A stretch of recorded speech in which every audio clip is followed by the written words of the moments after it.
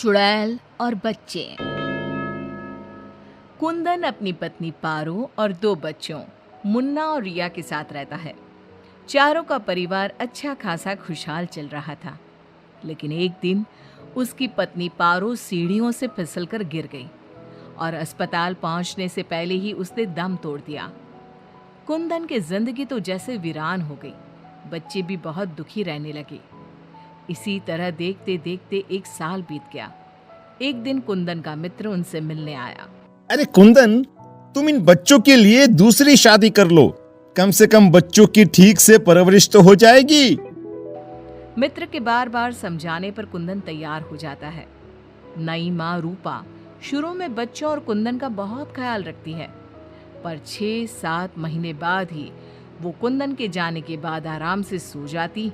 और जब मुन्ना और रिया स्कूल से आते तो, ए रिया, जल्दी से पूरे घर की सफाई कर और बर्तन धो दे, तभी खाना मिलेगा। और मुन्ना, जाकर छत की धुलाई कर। वो बच्चों से ही घर का सारा काम करवाती है। उन्हें खाना भी ठीक से नहीं देती। खुद के लिए और कुंदन के लिए वो बढ़िया बढ़िया पकवान बनाती। जब रात को कुंदन काम से वापस आता तो, अरे, बच्चों ने खाना खा लिया? उनको तो मैंने कब का खिला पिलाकर सोने भेज दिया है। कितना ख्याल रखती है ये बच्चों का। एक दिन जब रूपा सो रही थी, मुन्ना देखता है कि रसोई की अलमारी में मिठाई रखी है, लेकिन वो वहां तक पहुंच नहीं पाता। तो वो अपनी बहन को बुलाकर लाता है। मैं घोड़ा बन जाता हूँ, तुम मेरे ऊपर चढ़कर वो मिठाई उतार दो। उन्होंने मिठाई उतारी और खा ली। अचानक मिठाई का डिब्बा रिया के हाथ से नीचे गिर जाता है और बिखर जाता है। आवाज सुनकर रूपा भागते हुए आती है। उसने आओ देखा न ताओ और दोनों की खूब पिटाई करती। जब देखो तब भूखे ही रहते हैं ये बच्चे, न जाने इनका पेट है कि कुआं। बच्चे खूब देर तक रोते रहते हैं, लेकिन फिर आपस में ही बातें और मजाक करके एक दूसरे का मन बहलाने लगते हैं। रिया, जब मैं बड़ा हो जाऊंगा ना, तो एक मिठाई की दुकान खोल लूंगा। पहले हम लोग खूब सारी मिठाइयाँ खाएंगे और फिर बेचेंगे। मुन्ना, मेरी तो शादी हो जाएगी, तुम अकेले ही सारी मिठाइयाँ खाओगे ना? अरे हाँ रे, तब तक तो मेरी भी शादी हो जाएगी। कुंदन जब घर आता है तब उसकी माँ बच्चों की खूब शिकायत करती है। अरे बच्चों, तुम्हारी माँ तुम्हारा कितना ध्यान रखती है। आखिर क्या कमी है तुम दोनों को? पिताजी, उनकी बात पूरी भी नहीं हो पाती कि हाँ हाँ कह दो कि मैं तुम्हें खाना नहीं देती, सारे दिन घर के काम करवाती हूँ, कह दो ना। मुन्ना चुपचाप खड़ा रहता है। अब तो हम दोनों को पिताजी से बात भी नहीं करने देती। नहीं माँ। मुन्ना और रिया बहुत दुखी होते हैं। रात को इन बच्चों ने नाक में दम कर दिया है, तुम इन्हें लेकर जाओ और कहीं जंगल में छोड़कर आओ। अरे ये क्या कर रही हो तुम? ये दोनों मेरे जिगर के टुकड़े हैं, इनके बिना मैं कैसे रहूंगा? कुंदन को बार बार समझाने पर भी जब वो नहीं मानता, तब उसे एक उपाय सूझता है। कुछ दिनों तक वो बच्चों के साथ खूब अच्छे व्यवहार का नाटक करती है। बच्चे खूब खुश रहते हैं। एक दिन, सुनो, जल्दी से नाश्ता लगाओ, मुझे 2 दिन के लिए शहर जाना है। रूपा बहुत खुश होती है। वो सोचती है कि ये तो बच्चों को जंगल में छोड़कर आने से रहा, मैं ही इन्हें छोड़ आती हूँ। कुंदन के जाने के बाद, बच्चे चलो, आज हम तुम्हारी नानी के घर चलते हैं। बहुत देर तक चलते चलते जब वो सब घने जंगल में पहुंच जाते हैं तब, माँ, इधर का नानी का घर है, लगता है हम रास्ता भूल गए हैं। अच्छा, तुम लोग यहीं रुको, मैं रास्ता पूछकर थोड़ी देर में आती हूँ। हाँ, ये कहकर रूपा उन्हें वहीं छोड़कर चली जाती है। बहुत देर हो जाती है और रूपा वापस नहीं आती तो, माँ कब आएगी भैया? इस तरह सुबह से शाम हो जाती है। जहाँ एक तरफ बच्चे जंगल में अपनी माँ का इंतजार कर रहे होते हैं, वहीं दूसरी तरफ रूपा घर में आराम से बैठी थी। इसी तरह 2 दिन बीत जाते हैं और 2 दिन बाद कुंदन जब घर वापस आता है तो, बच्चे कहाँ हैं? मैं उन्हें जंगल में छोड़ आई। ये तुमने क्या किया रूपा? बच्चे बेचारे जंगल में अकेले कहाँ भटक रहे होंगे? क्या किया तुमने ये?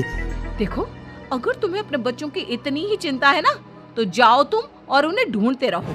कुंदन बच्चों को ढूंढने की बहुत कोशिश करता है, पर बच्चों का कुछ भी पता नहीं चलता। कुंदन बहुत दुखी होता है। अब वो हर रोज काम पर जाने के बहाने जंगल में बच्चों को ढूंढता हुआ भटकता रहता है। रूपा के जाने के बाद बच्चे रोते रोते आगे बढ़ने लगते हैं। माँ बड़ी चालाकी से हमें जंगल में छोड़कर चली गई। अब हमें रहने के लिए कोई ठिकाना ढूंढना ही होगा। अब तो अंधेरा भी गिर रहा है। आगे जाते ही उनको एक झोपड़ी दिखती है। बच्चों को थोड़ी आशा बनती है। दोनों भागते भागते वहां पहुंचते हैं और झांक कर अंदर देखते हैं तो एक बुढ़िया चरखे पर सूत काट रही थी। उसके शरीर पर सफेद वस्त्र थे। अंदर का माहौल बड़ा डरावना लगता है, पर बच्चों को तो कोई आसरा चाहिए था। वो दोनों दरवाजा खटखटाने लगते हैं। तभी वो बुढ़िया पीछे मुड़ती है। बच्चे जैसे ही उसे देखते हैं, उनके शरीर के अंदर भय से एक अजीब सी सिहरन दौड़ जाती है। माथे पर बड़ी सी लाल बिंदी, आंखें सुर्ख लाल और बाल भी अस्त व्यस्त। जैसे ही उसकी नजर मुन्ना और रिया पर पड़ती है, उसके चेहरे की रौनक बढ़ जाती है। वो बड़ी प्रसन्न होकर कहती है, आओ आओ बच्चों, मैं तुम्हारी दादी जैसी ही तो हूँ। आ जाओ। बच्चों को प्यार से वो घर के अंदर बुलाती है। बच्चों के लिए खूब सारी मिठाइयाँ, फल और बिस्किट ले आती है। बच्चे तो पहले से ही भूखे थे। वे खाना देखकर उस पर टूट पड़ते हैं। उनका सारा डर भी दूर हो जाता है। वो खाने के बाद तुरंत ही सो जाते हैं। जब सुबह उठते हैं तो बच्चों, हम घर के पीछे वाले बगीचे में चलते हैं। वहाँ बहुत सुंदर फूलों का बगीचा था। मुन्ना और रिया वहीं खेलने लगते हैं। बुढ़िया अंदर चली जाती है। तब तक मुन्ना की नज़र एक गिलहरी पर पड़ती है, जो एक कोने में दुबकी हुई थी। मुन्ना उसे प्यार से अपने हाथ में उठा लेता है। तभी गिलहरी इंसानों की आवाज़ में बोलती है, बच्चों, तुम लोग यहाँ से भाग जाओ। ये बुढ़िया एक खतरनाक चुड़ैल है। तुम्हें खिला पिला कर पहले मोटा करेगी, फिर पिंजरे में डाल देगी। सभी बच्चों को ये जादुई छड़ी से पशु पक्षी बनाकर बगीचे में रख देती है। एक एक करके अपनी जादू की छड़ी से सबको बेहोश कर देती है और कढ़ाई में तेल गरम करके पकोड़े बनाकर खा जाती है। इसके पास एक आदमकद का पिंजरा है। ये खुद उसकी सफाई करती है।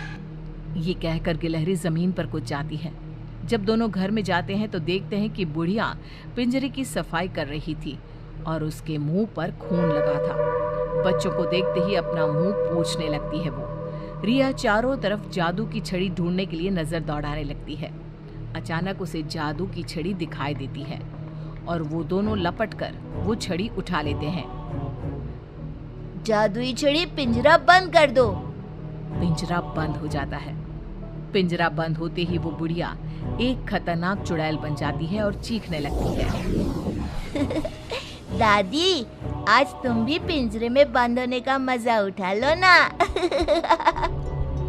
दोनों हंसते हैं। दादी दादी, यही वो जादुई छड़ी है ना, जिससे तुम सब बच्चों को चूहा, बिल्ली और गिलहरी बनाती हो। बोलो, तुमको क्या बनना है? मुझे बाहर निकाल, वरना मैं तेरा खून पी जाऊंगी। छड़ी मेरे हवाले कर दे। दादी, पिंजरे में कुछ खाने को दो। ये लो।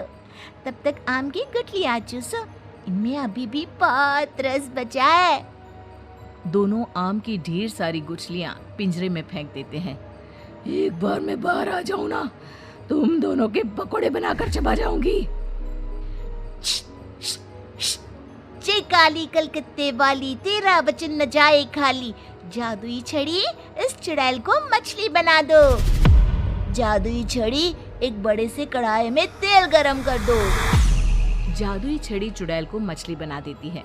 दोनों उसे उठाकर एक बाल्टी में डाल देते हैं। कढ़ाई में तेल गरम हो रहा होता है। मुन्ना और रिया दौड़कर बगीचे में जाते हैं। वहाँ बहुत सारे जानवर और पक्षी होते हैं। जादुई छड़ी, इन सारे लोगों को इनके असली रूप में बदल दो। तभी सारे जानवर और पक्षी बच्चों में बदल जाते हैं। सब कमरे में आ जाते हैं। हमें इस चुड़ैल ने बहुत तड़पाया है, चलो आज इसको मजा चखाते हैं। जादुई छड़ी, इस चुड़ैल को पिंजरे में डालकर फिर चुड़ैल बना दो। पिंजरे में कैद होकर चुड़ैल फिर चिल्लाने लगती है, ये सारे के सारे शैतान कैसे यहाँ आ गए? जैसे तुम पिंजरे में बंद हो गई वैसे ही हम सब भी यहाँ आ गए।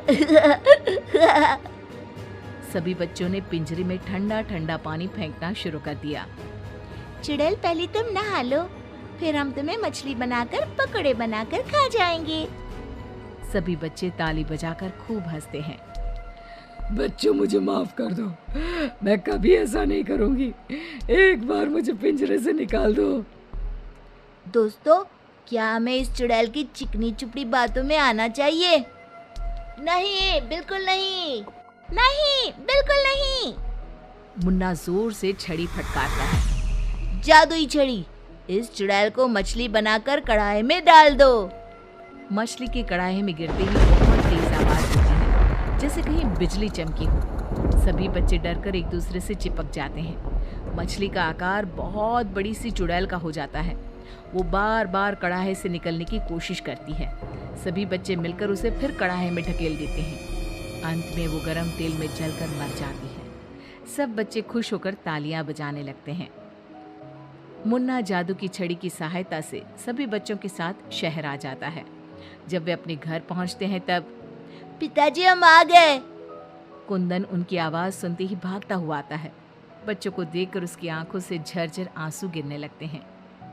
पिताजी, आप रोइए मत, अब हमारे दुख के दिन खत्म हो गए हैं। मुन्ना कुंदन को सारी बात बताता है। जादुई छड़ी पाकर उनके सारे कष्ट खत्म हो जाते हैं। अब तो नई माँ भी उनको प्यार करने लगती है।